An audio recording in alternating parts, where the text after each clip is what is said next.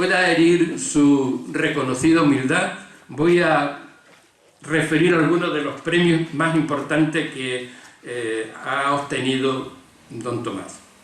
Premio Nacional de Investigación sobre Bienestar Social, Premio Hidalgo conjuntamente con Günter Grass, el gran novelista alemán, Placa de Honor en la lucha contra el racismo y la xenofobia, Medalla de la Cultura de Puerto Rico, Premio Culturas 2000, el Premio Solidaridad con los Emigrantes, un galardón que otorga la ciudad de Dallas con la entrega de la llave de la ciudad y de la Asamblea del Estado de Texas, a la vez que también se entrega la bandera del Estado de Texas, el Premio por la Contribución a la Convivencia Hispano-Marroquí, que concede la Asociación de Marroquíes, el Premio a la Tolerancia Asociación de Derechos Humanos de 2010, y anteayer leíamos en la prensa que ha recibido también el Premio Investigación del Instituto de Cultura Gitana. Así que voy a concluir saludándole en romaní, Sasti Pen, Tajimesti Pen. Salud y libertad, que yo creo que es un lema que cuadra muy bien también con la historia de esta casa que nos acoge. Tiene la palabra don Tomás.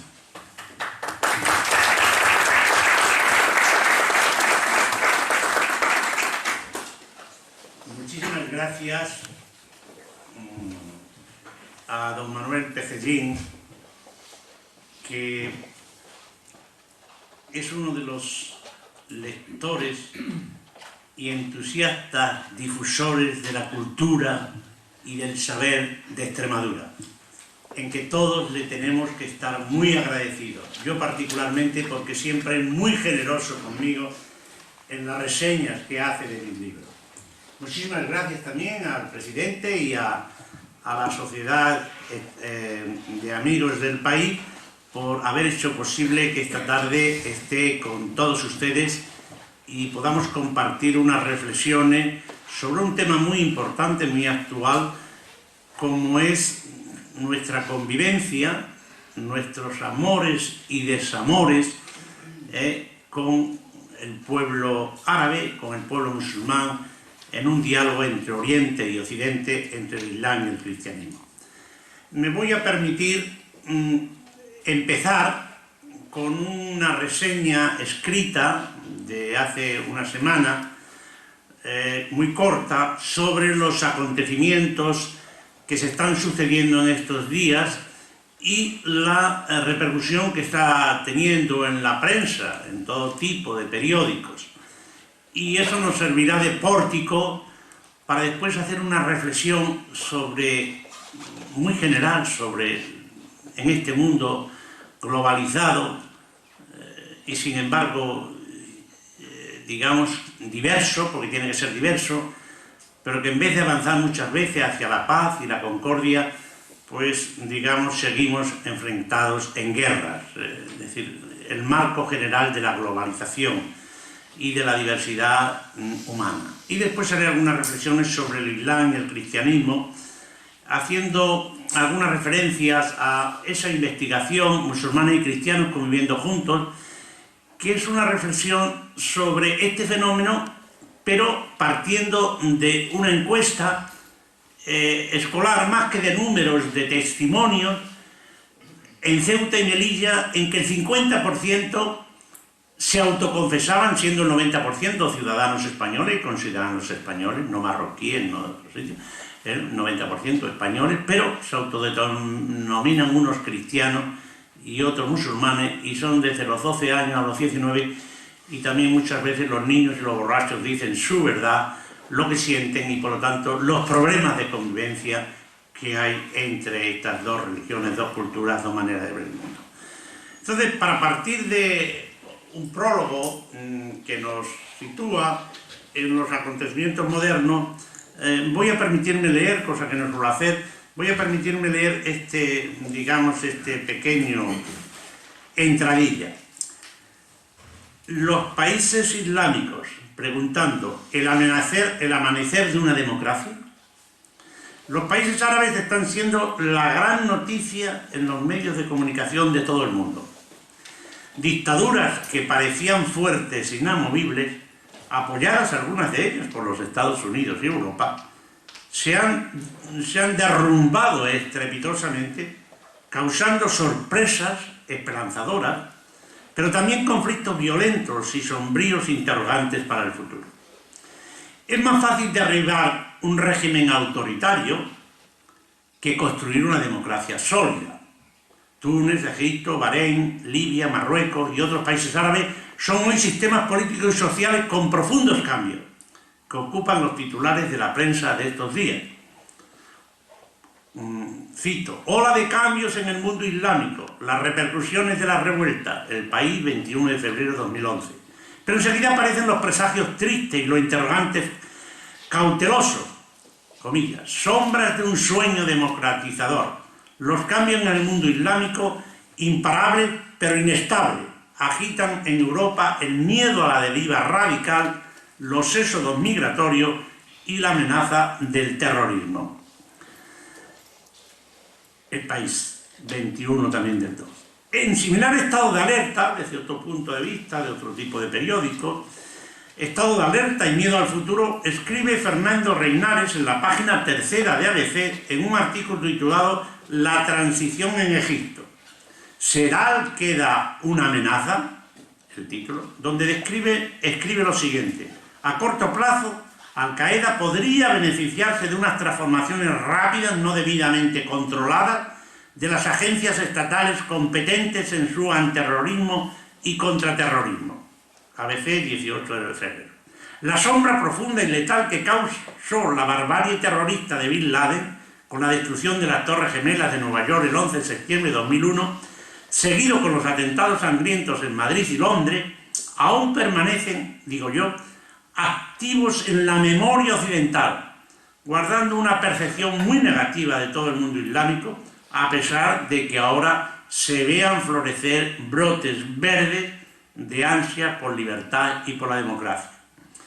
La trascendencia histórica para los países árabes y para Occidente de lo que ahora está pasando en el Oriente Medio y sobre todo de cómo se gestionará en el futuro y se construirá la deseada democracia, lo ha puesto de manifiesto Javier Solana, el jefe de la diplomacia europea, recientemente nombrado miembro de la Academia Europea de Ilustre, cuando dice en una frase: el modelo que escoja Egipto fijará el de toda la región.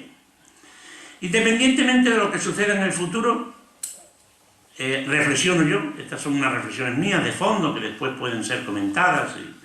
Algunas conclusiones debemos sacar de lo acontecido en el convulso mundo árabe. Primero, los países islámicos no son unas sociedades cerradas, impenetrables y ajenas a los cambios históricos, y por lo tanto pueden cambiar y pueden evolucionar como lo hicieron en el Renacimiento y en la Ilustración las sociedades de la cristiandad europea. Es posible el cambio. Segundo, el deseo colectivo de libertad y de un régimen democrático surge también y se hace militante.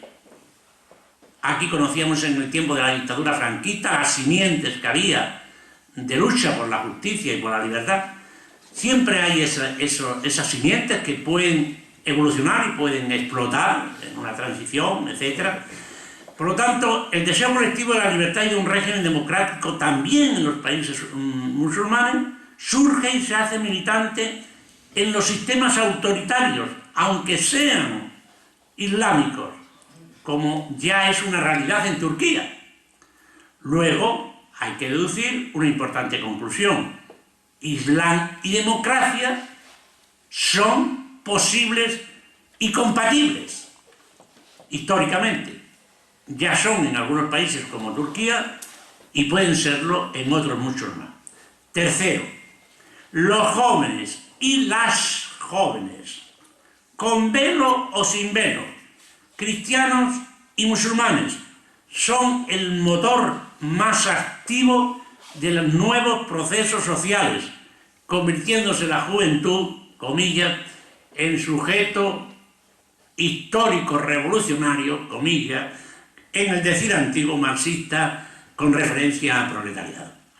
Cuarto, los medios de comunicación social particularmente Internet, en este mundo globalizado, nos pone de manifiesto el poder transformador y decisivo en el nuevo mundo globalizado en que vivimos, convirtiendo las naciones-estados de hoy, aunque quieran ser cerradas, en unos campanarios provincianos sobre los cuales vuelan y resuenan los vientos y las ondas globalizadas de una sola humanidad que vivimos, sufrimos, gozamos y esperamos juntos. Ojalá sepamos construir entre todos un mundo en paz, justicia, fraternidad y respeto mutuo. Las palabras de un periodista en ABC terminaba su artículo con esta reflexión: que algo se mueve en el mundo musulmán tras siglos de inmovilismo es innegable, y eso solo es ya un acontecimiento histórico. Convendría aprovechar la oportunidad, que puede ser única, para aproximarse a él tras haber vivido siempre enfrentado. Hasta el mundo financiero está tomando nota de los cambios profundos y de sus consecuencias, mirando sus bolsillos, claro. Cita el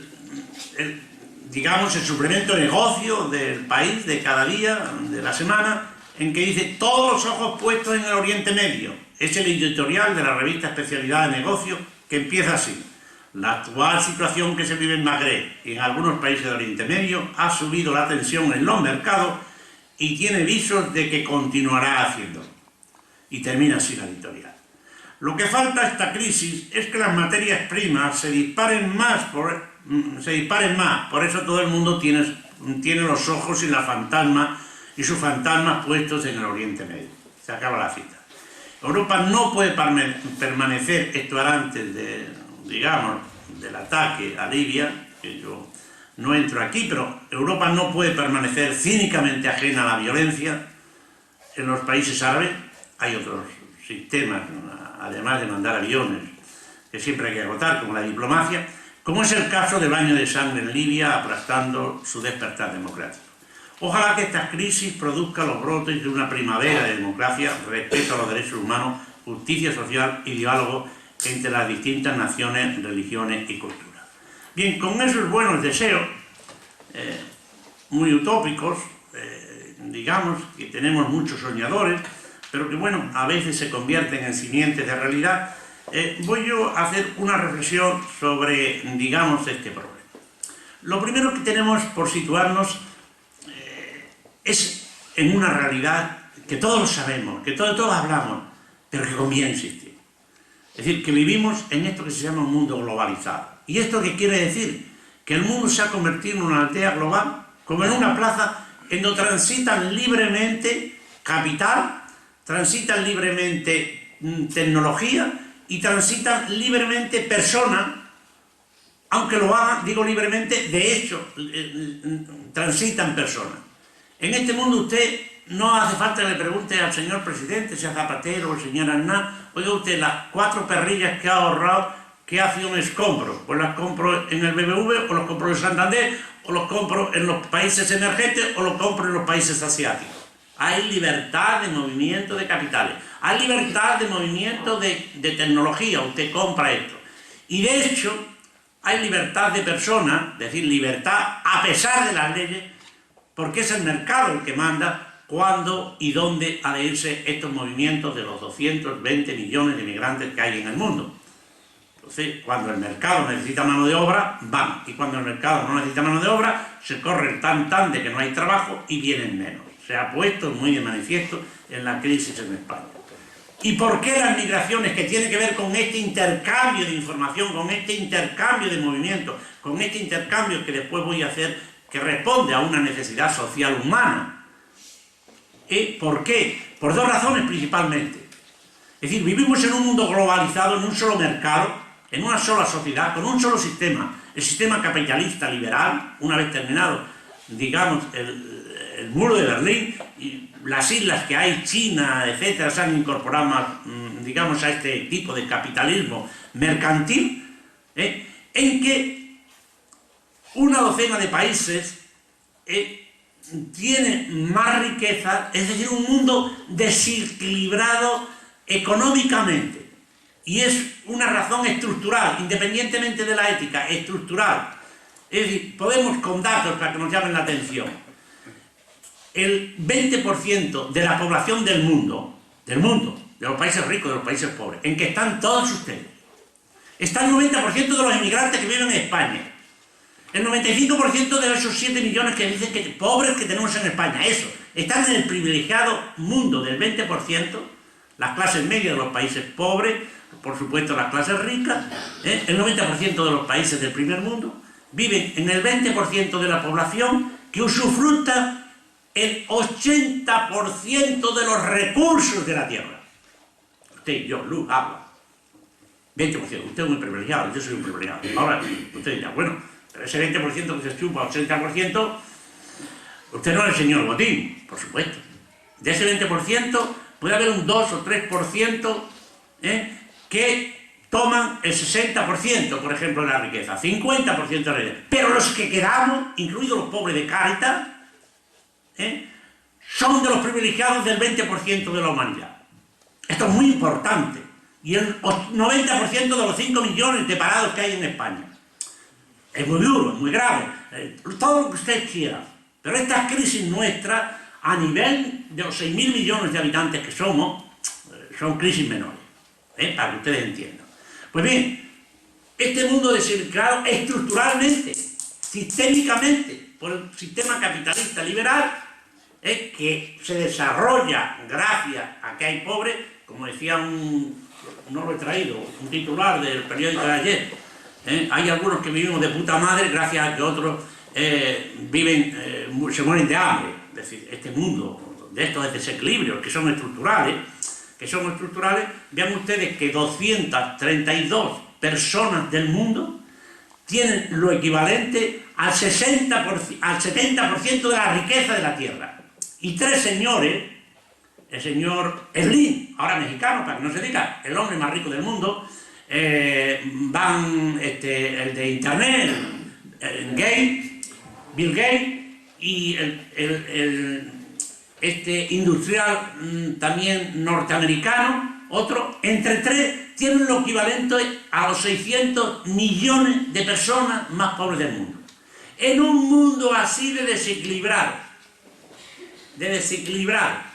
que es muy fácil pasar de un lado a otro. ¿Cómo quieren que los que ven en la televisión en color, en África, en Marruecos, en el otro mundo del mundo, que ven cómo vivimos nosotros en televisión, no digan, yo me voy para allá, con una dificultad? Cuando fue Colón y nuestros primeros emigrantes colonizadores tardaron 3 meses. Yo tardé 18 días en ir a Colombia la primera vez en barco en 1963, porque era carísimo ir en avión. Ahora se van y se vienen. Es decir, ese mundo ha cambiado. Yo no digo de este cambio. Yo viví 5 años en América Latina, en Colombia, Venezuela, México, etcétera, etcétera, y viví 4 años en Estados Unidos estudiando. Nunca jamás llamé a mi familia por teléfono. Y mis padres eran maestros de escuela en Tornamarca. Ven ustedes, el mundo ha cambiado. Hoy están interpretados. Entonces, este mundo que se cruza, que viaja, que está desequilibrado, ¿y por qué?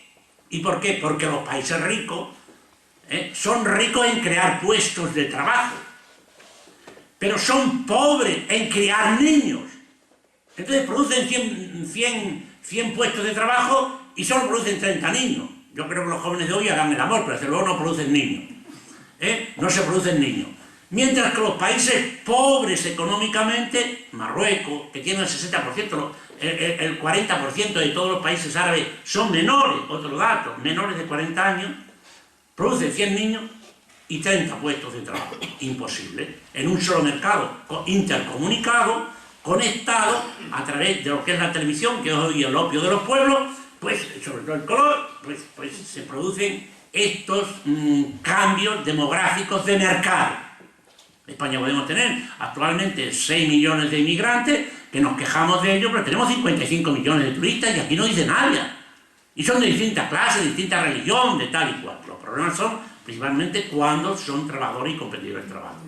Entonces, este factor económico de desigualdad del mundo este factor demográfico, de desequilibrio demográfico, causan pues unas estructuras, digamos, problemáticas y conflictivas, a pesar de que vivimos en un mundo conectado y que está también en base a estos problemas de estos países, que pertenecen muchos de ellos a un mundo, digamos, en vías de desarrollo o pobres, o países todavía peor, como Arabia Saudí, en que una minoría usufructa el 90% de la riqueza de la tierra y el 80% de todos los trabajadores son filipinos y son extranjeros. Abramos los ojos. En un mundo desequilibrado, injustamente desequilibrado, pues claro, los conflictos, sean por religión, sean por lo que sea, que ahora voy a hablar, que es importante, el Islam y el cristianismo, pero vean ustedes el terreno en que se piensa. Es decir, cuando hablamos del diálogo del Islam y el cristianismo, que es necesario, yo creo que es uno de los desafíos del siglo XXI, pero cuidado, lo primero no es que hablemos cristianos y musulmanes, orientales y occidentales, que hagamos alianzas. Todas las alianzas que usted quiera, todos los diálogos, todo el Papa y el otro la abraza, y que yo me vaya a rezar con el musulmán y me lea una poesía, digamos, un no creyente, es magnífico. Pero la estructura primera, obligación del futuro del siglo XXI, es construir un mundo más justo. 2.000 millones de personas viven con menos de $2. 1.000 millones de personas viven con menos de $1 al día. Entonces, usted, es muy importante lo de las religiones. Y es muy importante, yo lo digo, porque no se puede separar una cosa de otra. Cuando, principalmente en religiones tradicionales, como pasa en el Islam, están ligados los sistemas políticos, los sistemas autoritarios, los sistemas familiares. Entonces, tienen unas dificultades para abrirse, y como tienen otras virtudes que nosotros hemos perdido. Entonces, en este mundo desequilibrado, cabe una cosa a pensar, perdonadme que me meta aquí en filosofía un poco, es decir, y uno piensa, ¿y por qué en este mundo que han globalizado no elegimos una lengua, nos dejamos ya de las religiones o lo que sea y lo dejamos a tal? Bueno, pues, es decir, en un mundo globalizado, ¿por qué esa diversidad? Y cada vez más unidad humana, es decir, más nos relacionamos, como vemos. Miren ustedes, la historia de la humanidad es la historia de la creciente comunicación, por decirlo, de bienes, de dioses, de mujeres y de palabras. Es decir, la creciente poner en común bienes. Tú que tienes un río, tienes un pez, pues toma un pez. Mira, yo aquí tengo un conejo, toma un conejo, dame un pez. Es decir, el intercambio de bienes. De dioses, oye, ¿tú qué haces cuando viene la lluvia o no viene? Pues yo le rezo a un cucufate, pues yo hago una pira de fuego. Oye, ¿tú qué haces cuando uno está enfermo? Pues hago esto, es decir, de dioses, de iluminadores, de tal. De mujeres, que ahora voy a hablar, porque el intercambio de mujeres entre gente diversa, como ahora voy a hablar, pues es el Ministerio de Cultura, el Ministerio de Educación, lleva toda la ciencia, toda la lengua, todos los saberes tradicionales, se intercambian con nosotros, y de palabras. Tú hablas así, a ver poco a poco cómo nos conocemos, nos vamos relacionando. La historia de la humanidad empezó, como sabemos, es decir, cualquier teoría, es decir, aunque fuera creacionista todavía más, porque es una pareja. Pero cuando, digamos, la teoría de la evolución de varios grupos de humanoides, que bueno, llegan a de los primates, humanoides, humanos, homo sapiens, sapiens, sapiens, bueno, que van pasando, digamos, que es muy importante, que van desarrollando las manos, el cerebro, y tenemos el homo sapiens y después el homo sapiens sapiens. Hace 100.000 años, 200.000 años, el hombre es de ayer, Es decir, si la vida empezó el 1 de enero, el ser humano, homo sapiens sapiens, es el último día del año, cuando ya se sube el campanero casi a tocar las campanas, el hombre es de ayer, de 100.000 años. Bueno, por eso no ha evolucionado genéticamente en tan poco tiempo. Y la característica es que vive en grupos, no me quito de lo que hablo de religión y de cosas de estas, vive en grupos, digamos, en grupos pequeños, en los clanes, digamos, en una banda, de lo que puede subsistir, pues los abuelos, Los hijos están de 30 a 40 personas, y entonces son grupos dispersos. ¿Qué es lo que hace el desarrollo humano diferencial de los animales? Él vive, cada grupo tiene una lengua, cada grupo tiene, como llamamos, una religión, tiene algo común, tiene una identidad. ¿Y cómo evoluciona? Pues gracias a que intercambian bienes, dioses y palabras. Y se van cada vez relacionando este con este, este con este, este con este. Después todos estos ya tienen en común con esto. Tienen en común que la mujer es el elemento común. ¿Y por qué hablo de la mujer? Porque la mujer va a otro, generalmente, a veces iba al hombre, pero generalmente era la mujer, va al otro clan, lleva otra lengua, lleva otros saberes. Los niños ya pertenecen a los dos clanes, se van intercambiando, y entonces se hace un proceso que A da mujeres a B, por ejemplo, un grupo de 5 que viven cerca, B se las da a A, no, A le da mujeres a B, B le da mujeres a C, C le da a B, y todos quedan ya emparentados, va habiendo unos vínculos de cultura, de religión, de estos comunes. ¿Y cuál es el motor? Me estoy yendo. ¿Y cuál es el motor de todo este movimiento?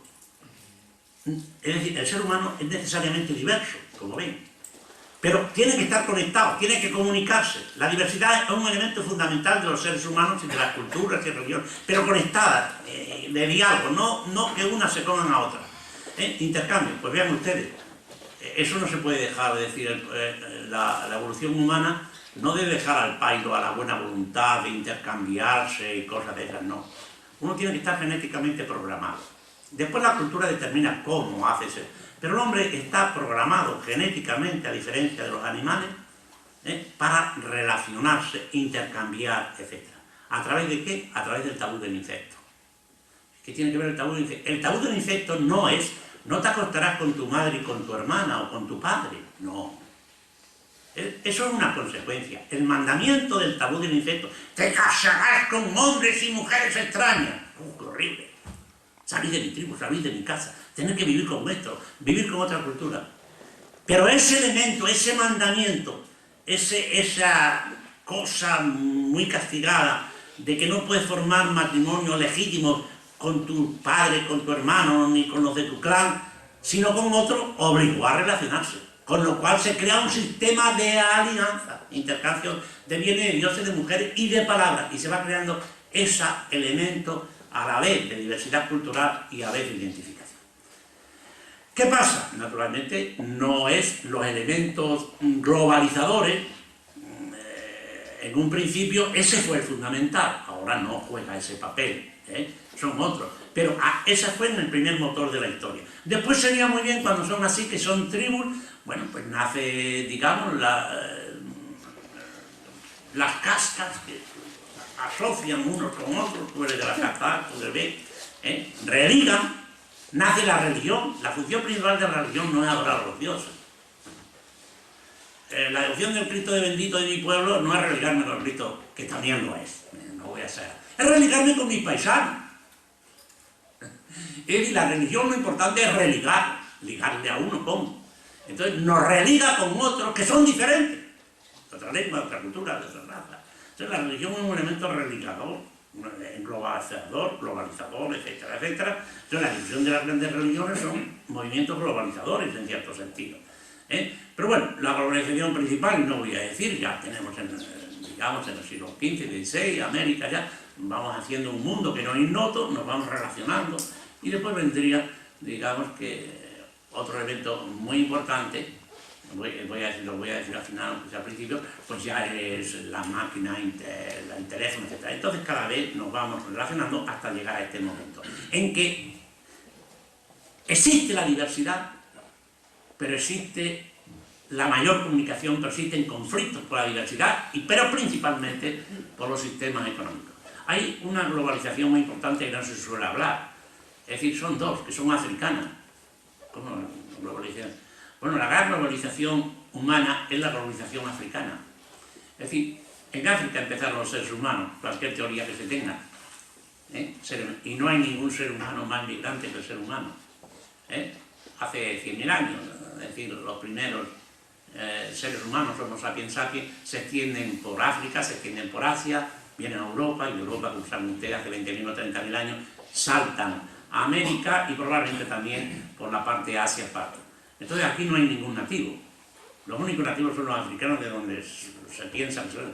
Aquí todos somos emigrantes. Aquí nadie, es decir, nuestros ancestros han venido aquí alguna vez. Y los indios, que nosotros creemos que son los territorios de América, bueno, pues llegaron allí antes que los españoles, pero allí llegaron.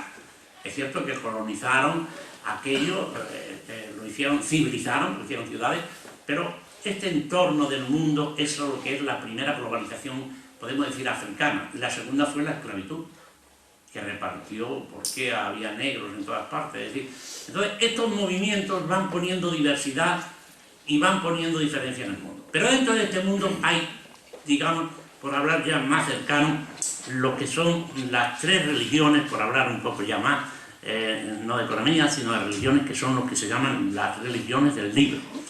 Es decir, el judaísmo, el cristianismo y el islam. Si no fuéramos provincianos, veríamos que todos somos de la misma cueva. Y para el mundo, que digamos extraño al islam, al cristianismo, esto es una pelea entre paisanos.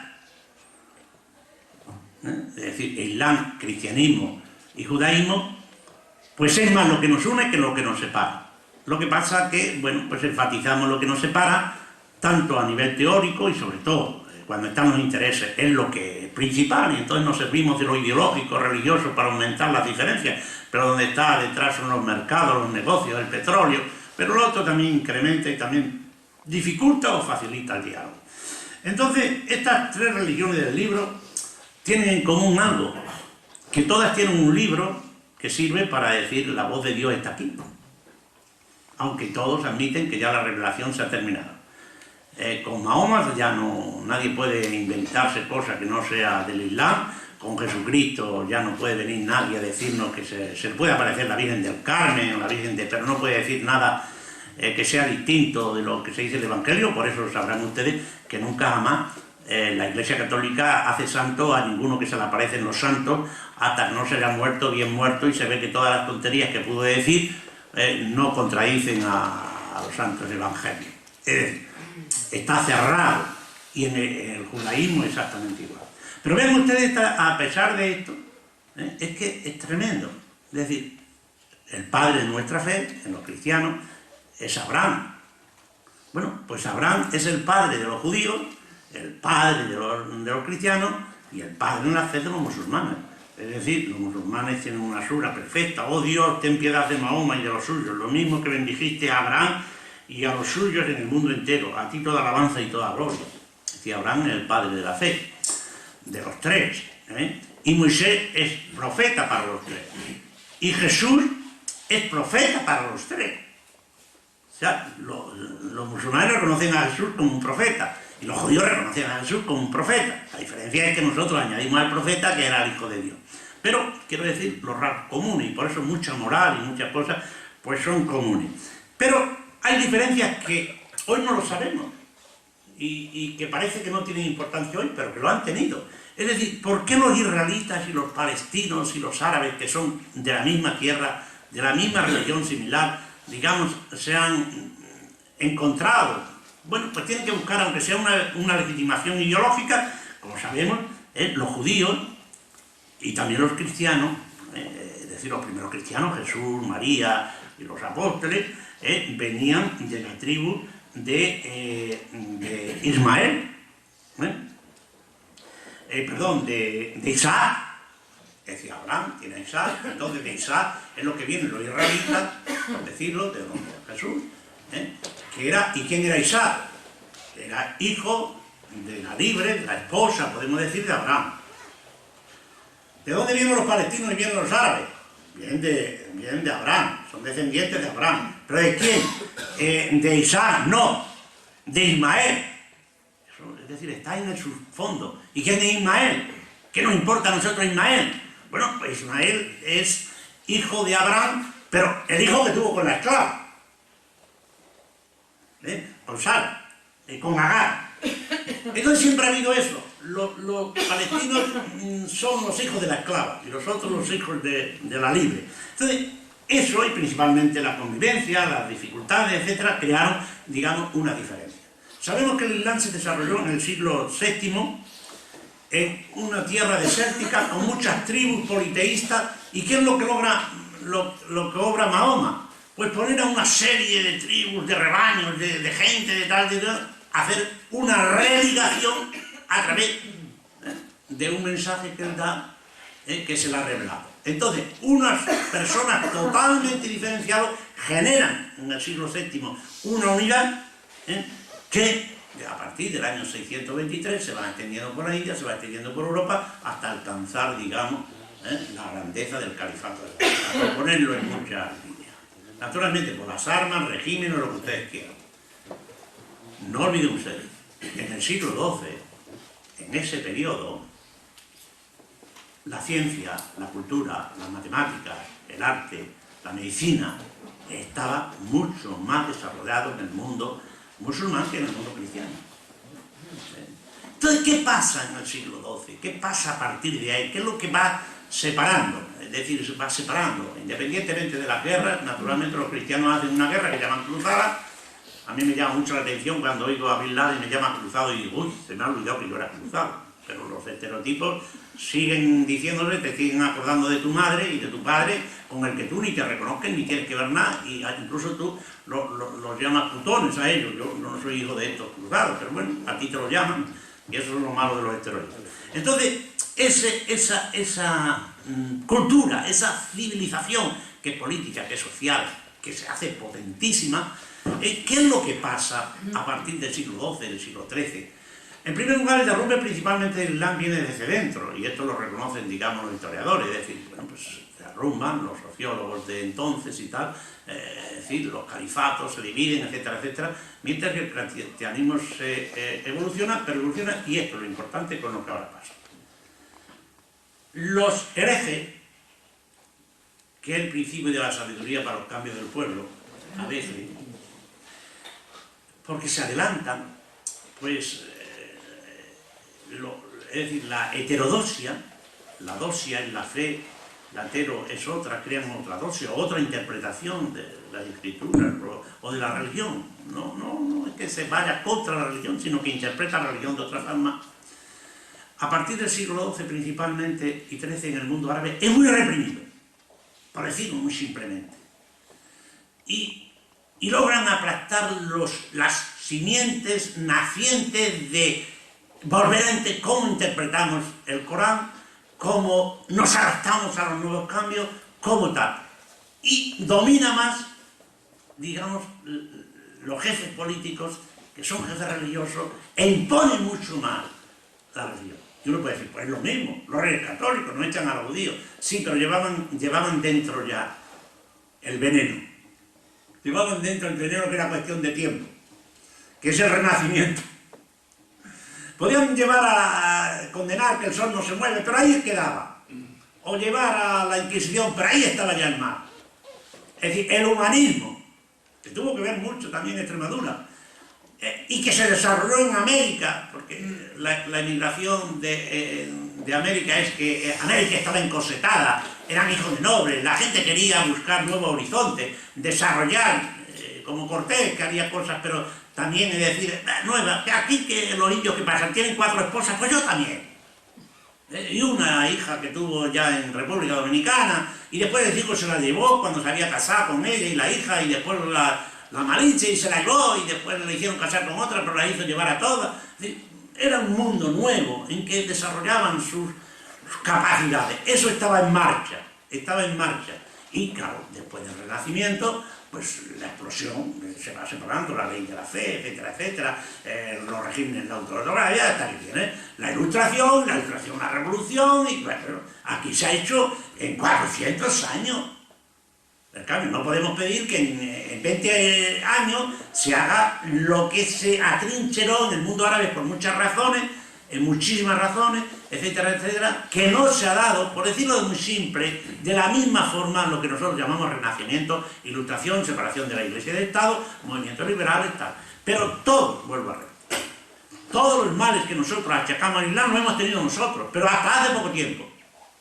Claro, es que yo no sé cómo nos escandalizamos, tenemos amnesia histórica, más memoria histórica también para otras cosas. Es decir, el régimen político era régimen religioso. Bueno, pues aquí se coronaban los reyes, pero no nos vayamos tan lejos. Hace 60 años, 70 años los obispos estaban en las cortes. Es decir, el pañuelo, pues no he visto yo en mi pueblo, la gente estaba siempre con un pañuelo, siempre estaba de luto.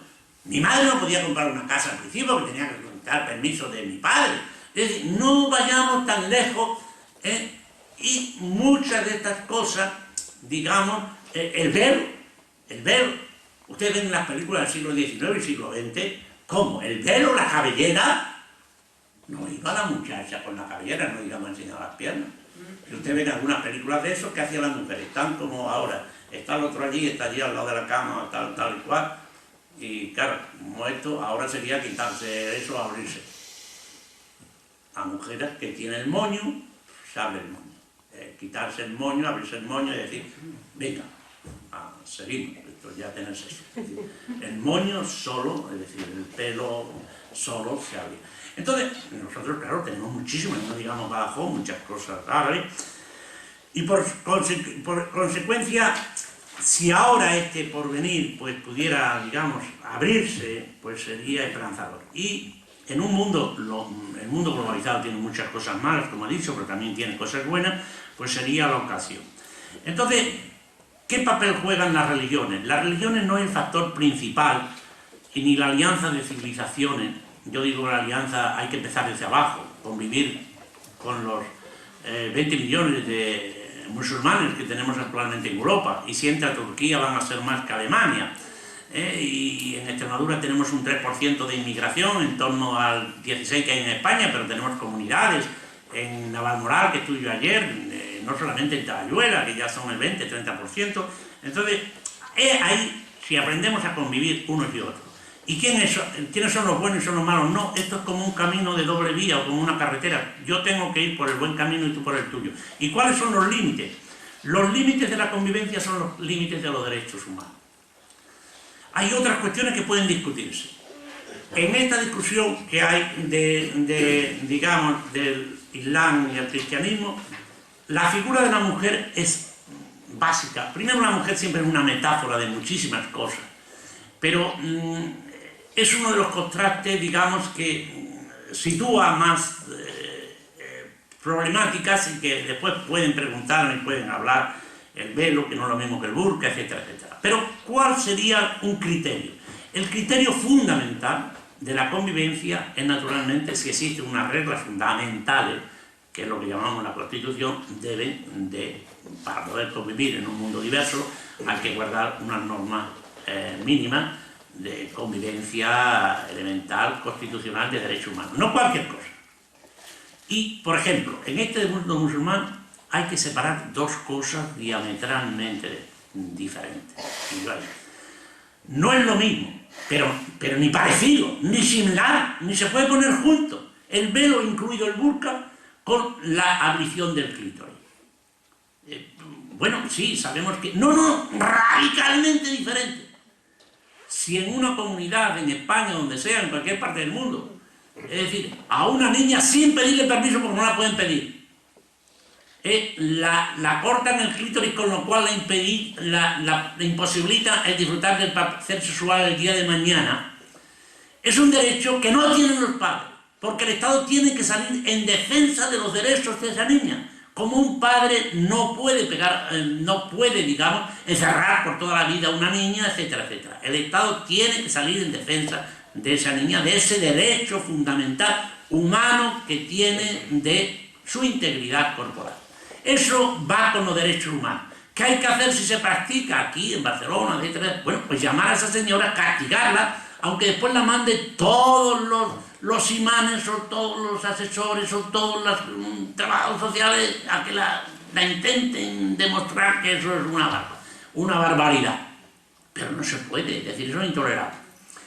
Eso, que como digo, es un derecho fundamental que no debe consentirse, no se puede poner nunca en la misma, sea el burka o sea el velo. que ya es otra cosa, no voy a entrar después.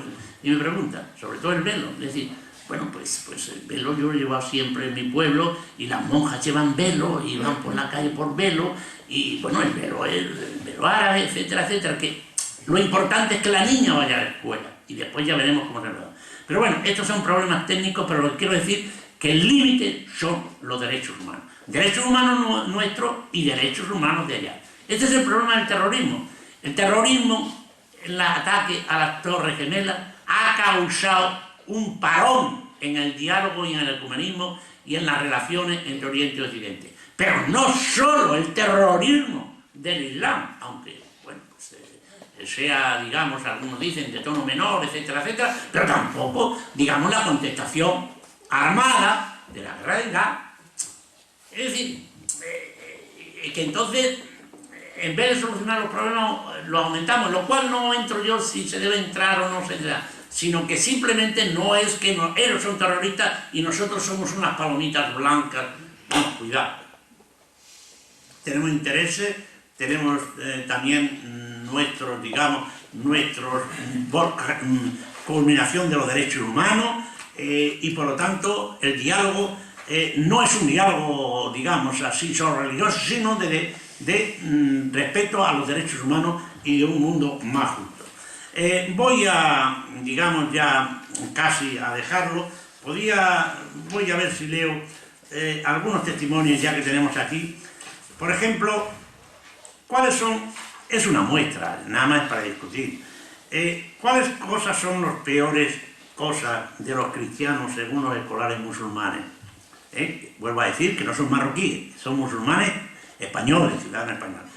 Pues, claro, estos niños dicen la ropa de vestirse, el emborrachamiento, comen jamón, comen chorizo, comen cerdo, la forma de vestir, usan ropa estrecha, el desnudo, no creen en la palabra de Dios ni en Dios, beben alcohol, no me gusta nada de ellos, algunos respetan a Dios y nos obligan a comer chorizo, son creídos, trafican con droga y cocaína, las prostitutas son chulos, fuman, hay muchos homosexuales, algunos odian a los musulmanes y no creen en Dios, la Semana Santa no tienen miedo a Dios, rezan a muñecos, son chivatos y malos, deseo venganza en la cama con una cristiana hasta que tenga el embarazo, son malvados, son sucios, son cagados, nos llaman moros de mierda, no nos dejan jugar con ellos, nos tratan como de otros países, son racistas con los musulmanes, no quieren salir con nosotros, se creen superiores, follan poco, son unos hijos de puta, los malos tratos a la familia, beben, hacen la drogadicción y hacen cosas malas. El 14 de 19.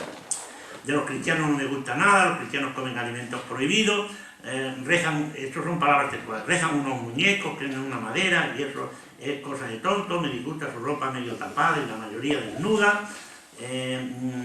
Digamos, miran ustedes esta pintura de una musulmana que pinta una cristiana y pinta una musulmana y dice, las cristianas cuando van a la fiesta se visten muy llamativas y para estar guapas no hace falta enseñar todo. En cambio, las musulmanas van a una fiesta guapa pero no muy llamativa. Es decir, la forma de vestir los llama mucha atención. Los cristianos nos tratan mal, nos insultan y llaman moros de mierda, los cristianos son chulos, etcétera, etcétera, etcétera. Y viceversa.